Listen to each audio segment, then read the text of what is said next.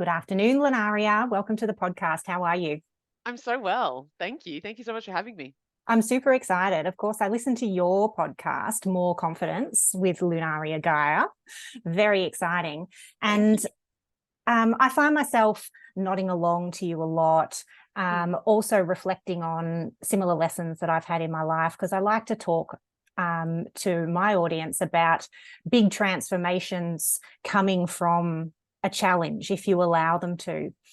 And I know that you've faced challenges in your life too, and have certainly used those for growth as well. So I just wanted, I suppose, to acknowledge that and thank you, and then sort of allow you to speak on that piece as well. Yeah, around how transformation has the opportunity to create so much. Well, I would go wisdom, being that's Yeah. legally wise women, applied wisdom. I think that wisdom can be in anything. Really. Mm. We can take wisdom from anything that happens in our life, good, bad, or indifferent. There's something really powerful about wisdom that comes from crappy things. Yes. you know because our ability to see the silver lining is a lot harder. It's a lot harder to see what is great when someone dies, when we go through divorces, when big heavy things happen. It's a lot harder to see the gold in that than it is to see it in, when everything goes your way. Yeah. Except success is a very poor teacher. Oh, So, we really don't learn a lot from success because it just feels good. Yay, amazing. And we don't often spend time to reflect. It doesn't make us dig any deeper. It doesn't, success is quite a surface level experience, whereas failure, whereas setbacks, whereas hardship mm, actually requires us to dig deeper within inside of ourselves. And so mm, if we are willing to approach our life circumstances and maybe the things that don't go our way with an idea that, there is gold in this, and there so often is. The gold that I find in success is like sprinkles, mm. whereas the gold I find in setbacks and the gold that I find in hardship tends to be like not even nuggets of gold, like they're absolute minefields of gold, just Yeah. full of gold that I continue to draw upon again and again in my life. Yeah. If we learn from it and actually take the time to find and see the gold. Yeah, we have to look for it. And I think that that comes down to our attitude. I often say that attitude is more important than fact. Yeah. And so as we're facing any big thing, if anyone who follows me or has conversations with me, any of my clients, does any of my students, they will soon find out that I'm not about toxic positivity. I'm Mm. not like, yay, it's wonderful that you're going through a divorce. God leads us into, everything happens for a reason, which I believe that it does, but it's not particularly helpful when you're in the middle of a shit sandwich. Mm. It sucks. And so let's acknowledge the fact that it sucks. And once we've not dealt with the emotions, but Mm. once we spend time to understand and to grieve or do whatever we got to do, Mm. it's upon reflection that we get to really get the gold out of hard situations. And Mm. I think, Jackie, that that's a muscle. The more that we do it, the more that it becomes stronger effectively over time. Yeah, yeah.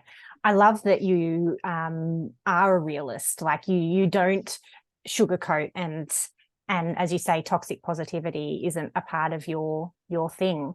And that's also, part of being in a hard time as well is not turning on the positivity falsely, but Mhm. also still being able to look ahead while acknowledging that you're in a shit sandwich Yeah. is part of that muscle, isn't it? Like it's just how do you um, have some confidence and look ahead when actually you're feeling so crap.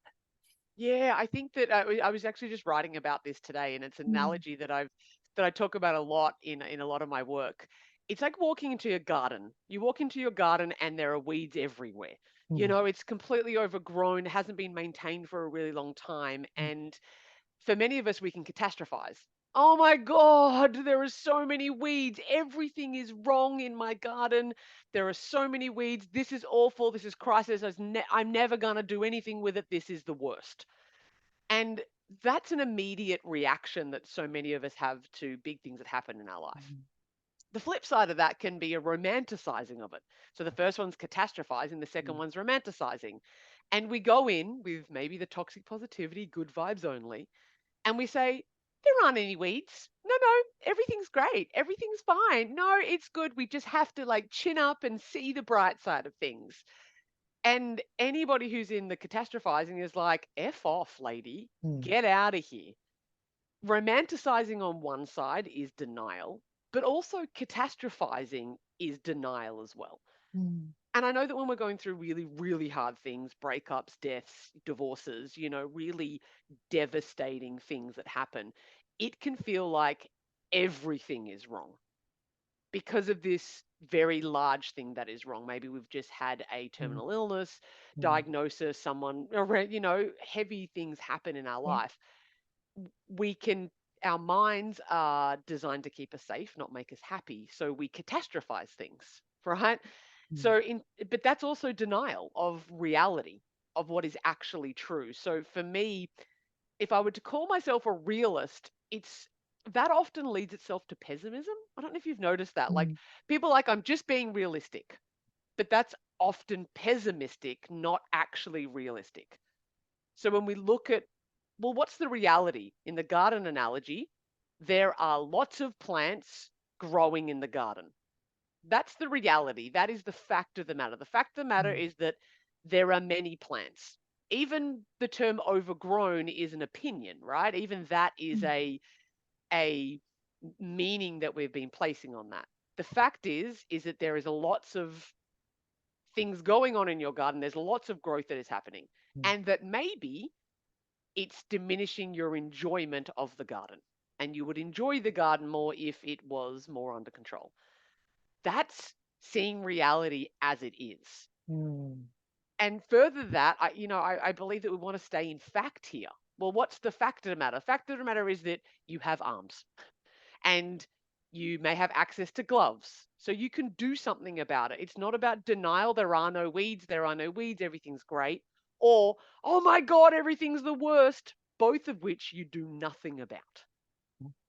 To me, it's about being really factual, actual factual. Let's have a look at reality as it is. The reality of the situation is that the garden, in my perception, is overgrown and that's diminishing my enjoyment of this experience. Something needs to be done about it. I have arms, I have hands, I have access to whippersnippers and, tools. I have access to tools and maybe I have access to people who can help me to get this garden under control. Mm. And I know that that doesn't feel as emotional as someone dying. It doesn't feel as emotional as a really tough time in our lives. Acknowledge the fact that there is crap.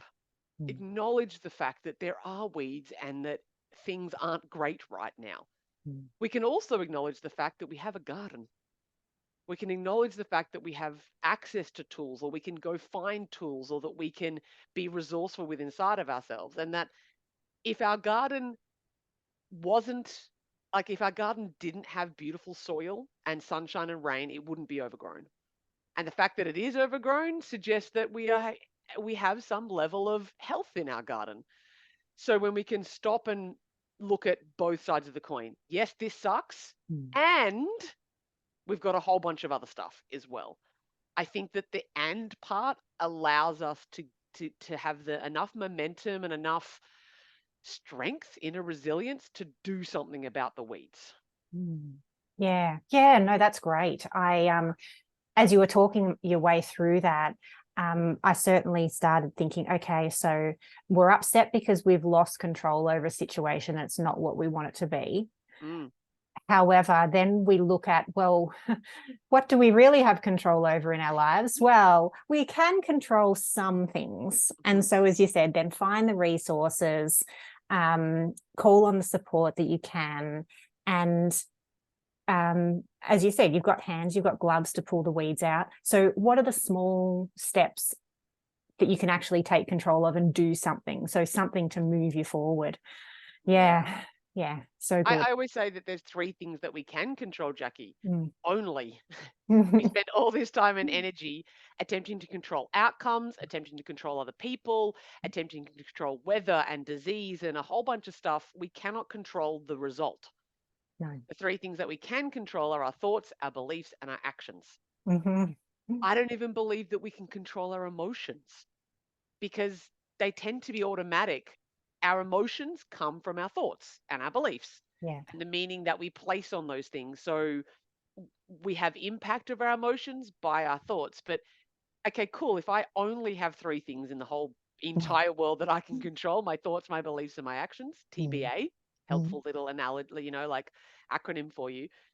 If those are three, they're the only three things that we can control. If you focus on those things, there's actually heaps that you can do with that. Yeah. So many things that you can do with that. You can change how you're thinking. You can look at your beliefs and make different choices about the meaning you're placing on things, and you can take different action. Yeah, that's huge. I mean, I think so many women aren't even aware or conscious of the thoughts that they're thinking, and even know that they can change their thoughts. Or I think even going a step further, that we are not our thoughts. Like they, yes, Preach, preach. Thoughts are not fact. yeah, And you're entirely right there, Jackie. We make this assumption that mm, our that we are. So that yeah, these thoughts in our head and this is us. And if I believe that I'm worthless, then I must be. If I'm yeah, thinking it, then that must be true. yeah, It's actually not. Our mind, that unconscious part of us that creates those unconscious thoughts, the non-deliberate ones, mm, those ones are rooted in fear. It's our primal brain's need for survival, for safety. It's not there to make you happy. yeah, It's there to keep you safe. So it's not going to be like, yay! It's not going to give you joyous thoughts automatically. It's going to yeah. give you fearful thoughts automatically. Yeah. And you're not it. You're not that. I love that piece that you just shared. It's awesome. That's a bit miserable though too, isn't it? That our thoughts aren't going to give us joyous things. Like we actually have to consciously create that. Yeah, and to me, I'm an epic reframer. I tend to reframe a whole like the more that you learn to reframe, I think the happier that one can be in our life. Yeah. Because I always say that our beliefs are made up, so we may as well make up ones that serve us, Mm. right? So if our unconscious mind, our autopilot mind is just not going to make us happy, that is a bit miserable, except now we know that. And when you know that, well, now I need to be conscious rather than being an autopilot. I need to go into manual. I need to start driving the ship. And that's empowerment to me. If Mm. we are driving the ship of our lives, if we are the ones in the steering wheel rather than this unconscious mind going on, then we actually lead towards more happiness, more confidence, more freedom, more empowerment. Oh yes, so true. And again, that was my initial reaction to the miserableness of not having more control. But Yeah. then then it comes back as well to that realization that you have at some point in your 30s that you are responsible for the experience of your life. And then you're like, oh, I'm responsible. And then you're like, actually, I'm responsible. Like I can Yeah. make a difference here.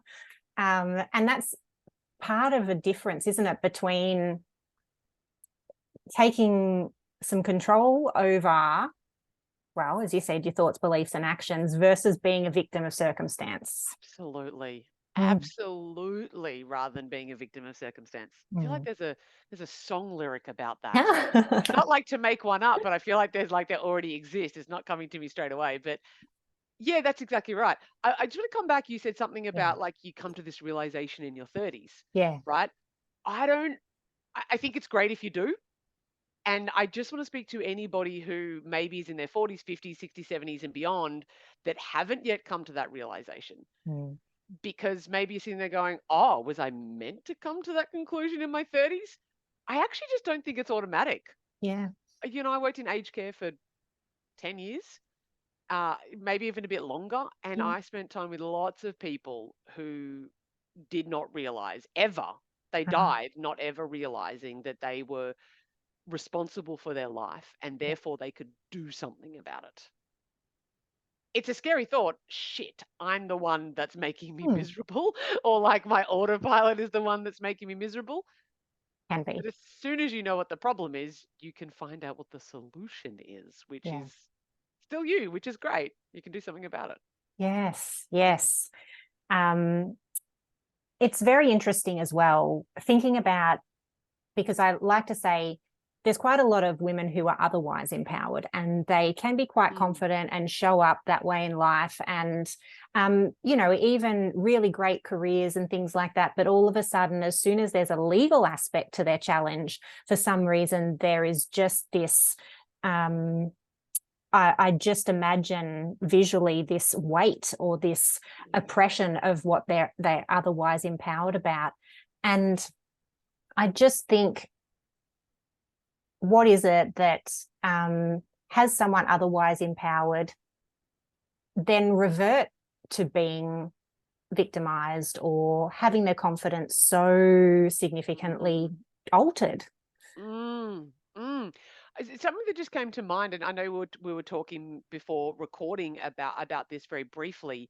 Yeah. Something that just came to mind just now. It's not someplace I usually go with my thinking, Mm. but I think that it's worthwhile mentioning because historically women have been owned by men, Yeah. for a very long time. Maybe back in Cleopatra and goddess days, we weren't, but for the last however long in time, women have been owned by men. Even something like marriage is a legal bond. One man gives away rights to the woman to another man, and we call it giving away, giving. Mm. Oh, my dad's going to give me away, as though that's a really beautiful thing.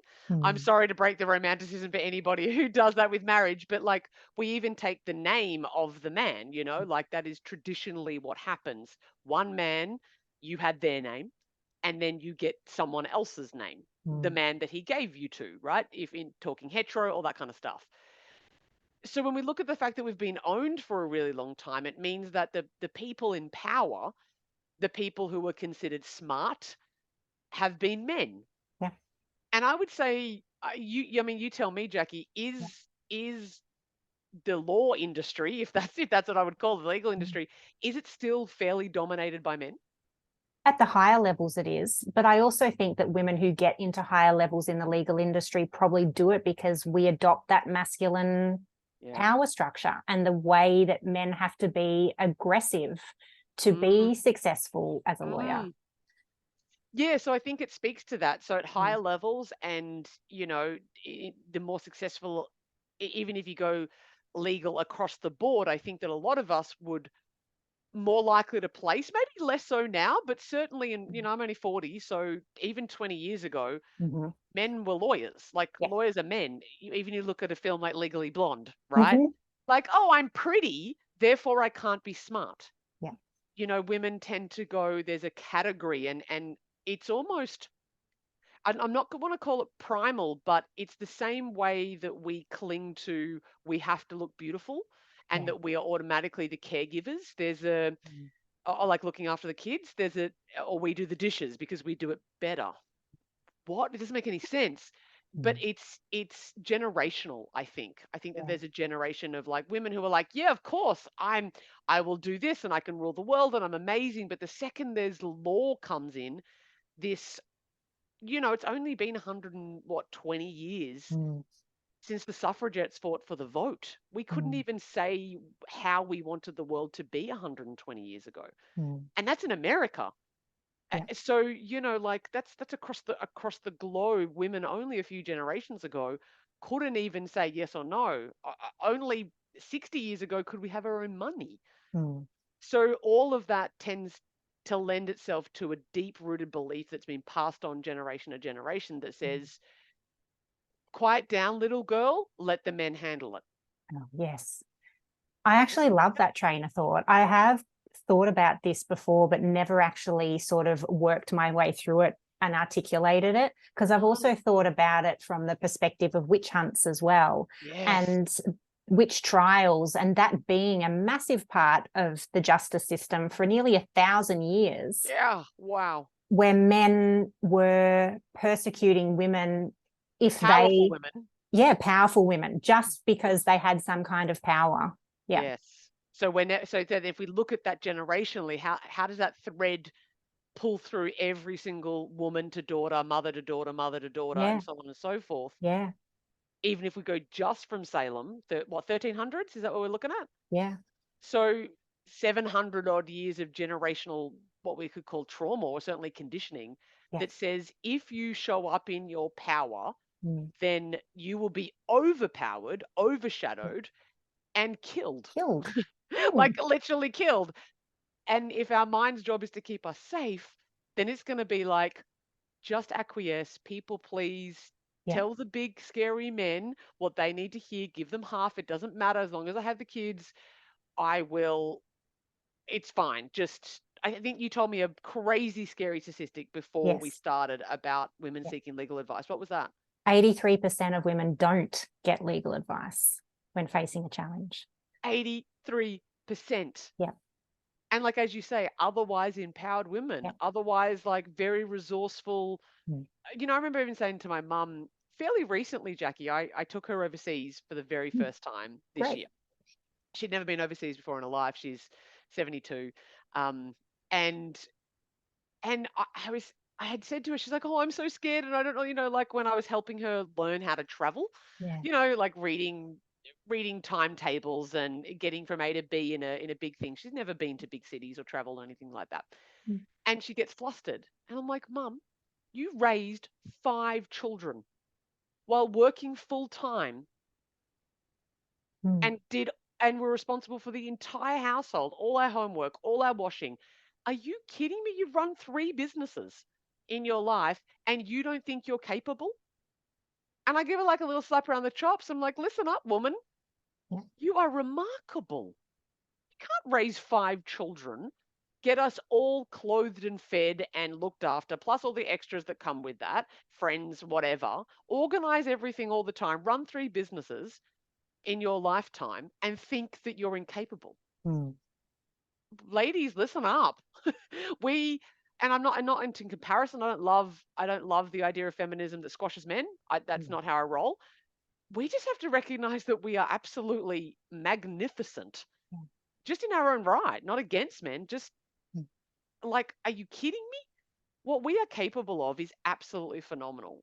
And maybe that's part of why we don't seek help, because we don't want to be seen as not. Could Maybe. be potentially. I don't want to ask for help. I don't want to burden anybody. Yeah. Yeah. Sisters, show up, ask for help, do everyone a favor, and get legal advice. That's right. Get some support and don't be ashamed. Yes. Yeah. Shame. My God. Shame to ask for help. Hmm. Because I think that that lends itself as well to the idea that we have to be superwomen, Yeah. right? Because you know, with Hmm. the surge of feminism also came with, once upon a time our only job was to please our man, look pretty, and look after the kids. Hmm. That's a big enough job in and of itself. Hmm. Now our job is to please our man, look pretty, look after the kids, Mhm. the whole household, have a high flying career, Mhm. have the perfect booty shape. Like, all of a sudden we doubled our workload Yeah. because we still think we need to be responsible for everything at home. Yeah. It's not like we just exchanged it. We just got more to do. So we feel like we're not allowed to ask for help because maybe that would be admitting that we can't handle the absurd workload and mental load that women are under. Hmm. Yes. A whole nother element as well. And hear me loud and clear to your listeners, it is absurd. Yeah. It's not possible. The women in history who have done real, like, who have held positions of power, or even just in villages, it was a village. Mm. Everyone's helping one another, and we're expecting to do all of the things that are expected of us and we're expecting of ourselves Mm. on our own. And we have, maybe we have partners, maybe we don't, maybe we have kids, maybe we don't, but this nuclear life that we live is actually pretty unhelpful because we used to spend so much time in tribes relying on one another. Yeah. That's actually power, because it takes a village to raise a kid. It takes a village for all of us to actually raise ourselves. Rely Yes. on one another. It's important. Yeah. Uh, that sort of made me think about something else as you were talking there about the ability to ask for help because A, we deserve it and we shouldn't be ashamed of asking for help. But also the element of being worried, because I think there was a period of time where women were really critical of other women. Have you found that that potentially is turning a little bit as well? I feel like there's more women who just want to help other women rather than, being overly critical and comparing. Yeah, look, I think that there's still plenty of that. Hmm. Because when we're judging ourselves, we end up judging and being critical and Yeah. comparing of others. But I think we're having more conversations around that now of like, Yeah. you know, let's not mum shame. Let's Yes. not woman shame if you decide to have kids or not, or whatever decisions that you're being Mm. made. The tut-tut, I think at least it's coming to the surface. Yeah. If I can speak to that piece very briefly Mm. around giving and receiving, Yeah. Please. if I can do it live with you, I think this would be really cool. Tell me, Jackie, how do you feel about giving? That's what I do. I'm here to help and serve and solve problems and yeah. Yeah, and that's from a professional point of view. If you were to Yes. give somebody a gift as well, and I love that you said that, if you were to Yeah. give someone a gift, how does that feel to give it? Oh, well, 5 languages of love. The second one is gift giving. Like, I love thinking about people and thinking what would light them up. Yes, I love this. This is important. I want all your listeners at home as well to feel into themselves about, ask yourself this question, listeners at home. Mm. How do you feel about giving when you've really put a lot of thought into something, or you want to give, how do you feel about giving someone a hand, if they need help? How do you feel about giving it? You feel Love it. Yes. Most of us Yeah. love it, right? Providing it's not under duress or we're obligated or whatever, but when it comes genuinely, we love to.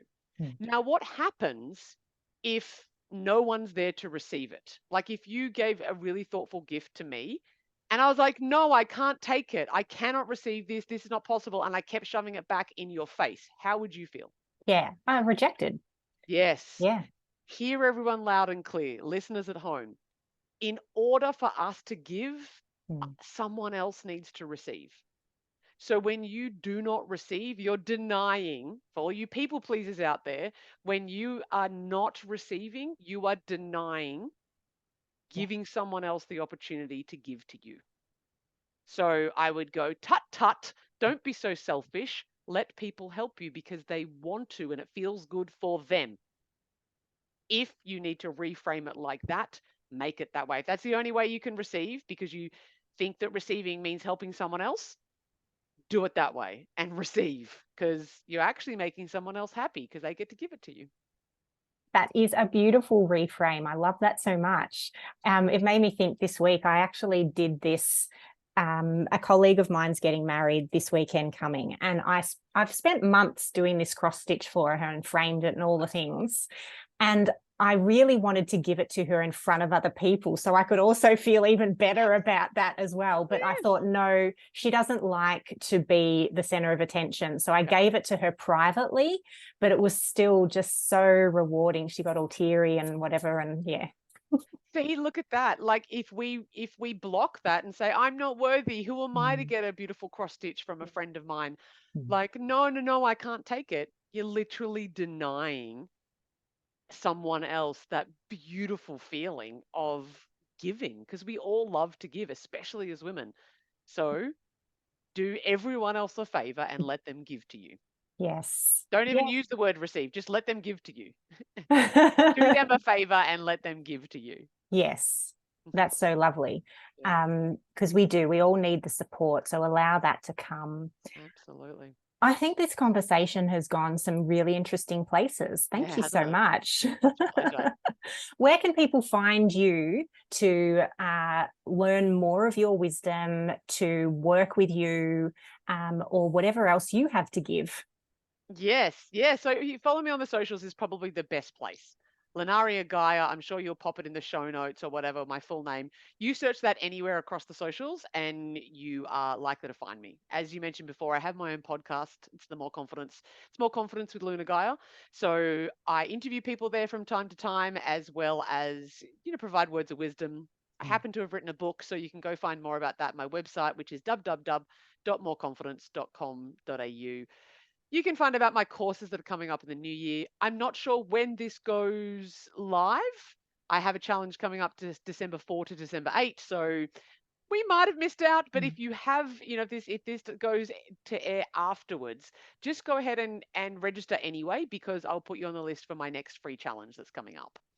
So I Wonderful. tend I tend to run them pretty regularly. So you can Yeah. come and join the Magnetic Confidence group and hang out with me and get some love and support. Or you can I just reach love out to me directly. challenges. Yeah. Love challenges. Yes. Well, thank you so much, Luna. It's been a wonderful conversation this afternoon. And thanks for your generosity. Pleasure. Thanks for having me.